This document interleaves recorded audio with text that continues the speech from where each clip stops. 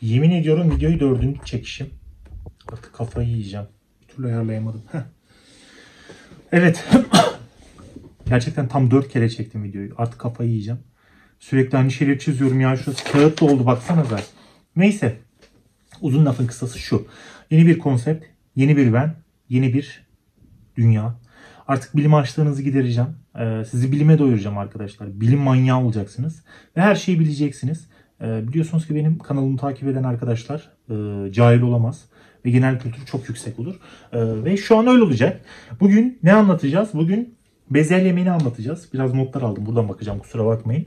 Bezelye meni anlatacağız arkadaşlar. Bezelye men kimdir? Bezelye men adından anlaşılacağı gibi Gregor Mendel. Mendel yasalarının sahibi ve genetiğin babası kendisi. Bir rahip, botanikçi, felsefeci, matematikçi, dil bilimci. Kendisi her şey. O olmasa biz mahvolurduk. Teşekkür ederiz Gregor Mendel. İyi ki varsın.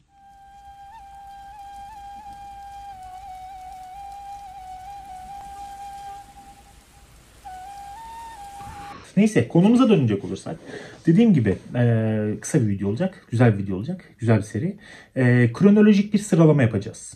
Hazır mısınız? Başlıyorum. Şimdi 1822'de Gregor doğdu. Hoş gelmiş Gregor bebek. 1840 yılında Opava Gymnasium'dan mezun oldu. Şurada bir okulu. Şurası birası. Sonra 18 yaşında. Evet. 1843 yılında Olomouc Felsefe Enstitüsü'nden mezun oluyor. Sonra Aziz Thomas Manastırı'na giriyor beyefendi. Diyor ki ben hoca olacağım diyor. İmam olacağım diyor. Papaz olacağım diyor. Sonra rahip oluyor. Kendisi bir din adamı oluyor. Kendini dine veriyor. Zikirde sürekli. Neyse. Sonrasında bakıyor ki ben iyiyim ya. Kilisede de kitaplar dolu. Matematik ve Yunancası da var. Buna diyorlar ki sen geçici öğretmenlik yap. Mendel. Bu da tamam diyor. Sarıyor bunun öğretmenliği. Hoşuna gidiyor. Şöyle. Hoşuna gidiyor öğretmenlik muhabbeti. Sınava giriyor. Sınavı geçemiyor. 2 dersten kalıyor. Kaldığı 2 ders İnanmayacaksınız ama biyoloji ve jeofizik 2 dersten kalıyor. Yani asıl adamın ana branşı temelini attığı yerlerden kalıyor. Tabii ki hırs ediyor. Gregor Mendel çok hırslı bir adam. Çok tuttuğunu koparan bir rahip. Ne yapıyor? İşte konuşuyor başrahiple. Diyor ki böyle böyle sayın başrahip diyor. Ben diyor bilim aşkıyla yanıyorum ama 2 dersten kaldım. Ne yapacağız? Başrahip de diyor ki tamam sen bana bırak Gregor. Halledeceğim. Hemen araya adamlarını sokuyor. Gücünü kullanıyor. Gregor Mendel'i Viyana Üniversitesi'ne gönderiyorlar. Mendel burada fizik, kimya, biyoloji, matematik, botanik, jeoloji gibi dersleri alıyor arkadaşlar. Tamam mı? Sonrasında da tekrar Bürne geliyor. Papaz olduğu rahip olduğu yere. Ve burada ders vermeye başlıyor. Bu sefer sınavları geçiyor. Tabii ki 1868 yılında bulunduğu manastırın başrahibi Hakk'ın rahmetine kavuşuyor. Ve kendisi başrahipliğe atanıyor. Tabii başrahip olunca yedi önünde yemediği arkasında mis. Sonuçta tüm manastır ondan sorulur. Dini vecibelerini yerine getiriyor. Sonrasında bahçede bağ bahçeyle uğraşıyor işte.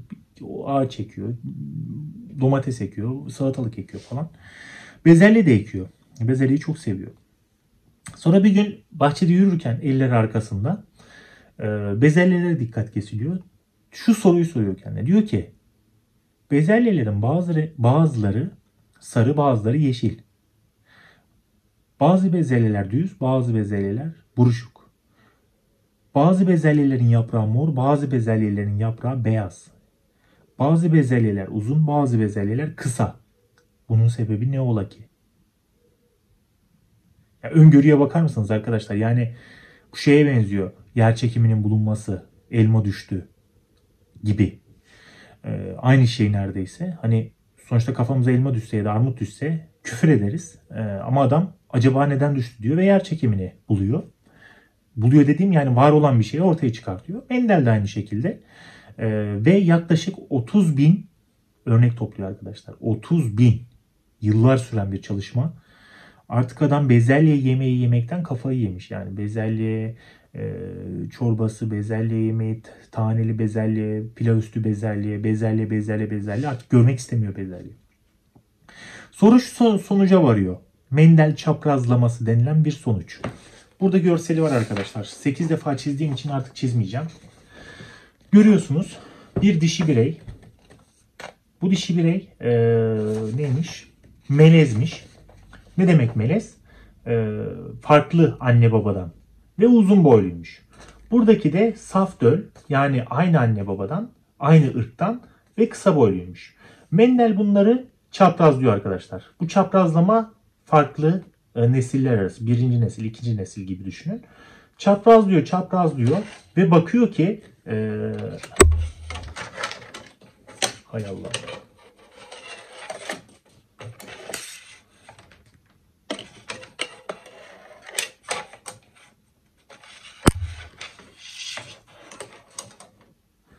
Ve bakıyor ki %50 melez ve uzun boylu, %50 saf ve kısa boylu bezelyeler yetişiyor. Sonra şöyle bir şey yapıyor. Diyor ki ben saf döl alayım. Bu sefer uzun boylu olsun. Ve saf döl alayım. Bu sefer kısa boylu olsun. Bunları çaprazlaştırıyor. Ve ortaya çıkan şey melez döl ve uzun boy. Bu bizim nerede işimize yarayacak? Bu bizim şurada işimize yarıyor arkadaşlar. Göz rengi, tenimizin rengi, işte kumral, sarışın, esmer, bazı genetik rahatsızlıklar, genetik kusurlar diyelim, işte yapışık kulak, dil yuvarlayamama ya da ayak parmaklarındaki yapışıklık gibi.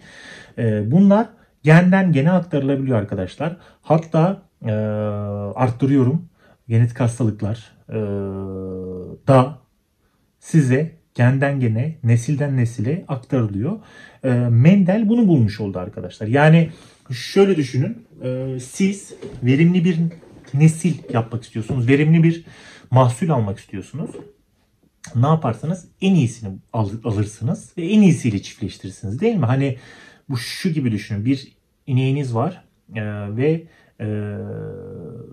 güçlü yavrular olsun, çok süt versin diye uğraşıyorsunuz. Ne yapacaksınız? Erkek bireyi ona göre seçeceksiniz. Doğada da budur zaten. Her zaman türün nesli güçlü olmalı ve kaliteli olmalı. O yüzden güçlü erkek seçer. Mendel bunu bulmuş oldu ve 3 tane yasa sundu arkadaşlar. Bunlar Mendel'in yasası olarak geçer. Mendel yasası olarak geçer. Ayrılma yasası, bağımsız dağılım yasası ve baskınlık yasası olmak üzere 3 tanedir. Bunları detaylı bir şekilde inceleyeceğiz. Peki neden bezelye? Belki böyle bir soru gelebilir sizin tarafınızdan. Bezelye olmasının sebebi şu. Bezelye kolay bir bitki. Hızlı çoğalan, çabuk büyüyen ve kolay yetiştirilen bir bitki arkadaşlar. Maliyeti az, kısa sürede gelişiyor ve görsel olarak yani hızlı sonuç alabileceğiniz bir bitki kendisi. Burada dikkat edilmesi gereken nokta şu. Bu çaprazlama olayı, yani genetik dediğimiz olay sadece eşeyli üreyen canlılarda geçerli arkadaşlar. Yani eşeyli üreme varsa siz genetiği ortaya koyabiliyorsunuz. Şu an moleküler biyoloji ve genetik adında bir bilim dalı var. Dersler alınıyor, öğrenciler kendilerini geliştiriyor ve genetik adı altında birçok önemli çalışmalar yapılıyor. Bu genetiğin babası Gregor Mendel'dir. Kendisi dediğim gibi bir rahip, sonra başrahip oluyor ve gerçekten inanılmaz bir öngörü, inanılmaz bir özveri, inanılmaz bir çalışma aşkı. Adam bu bezelyeler neden böyle farklı diyerek bir bilimsel çalışmaya adım atıyor. Takdire şayan, kendisine teşekkür ederiz. Beğenmeyi, yorum yapmayı unutmayın.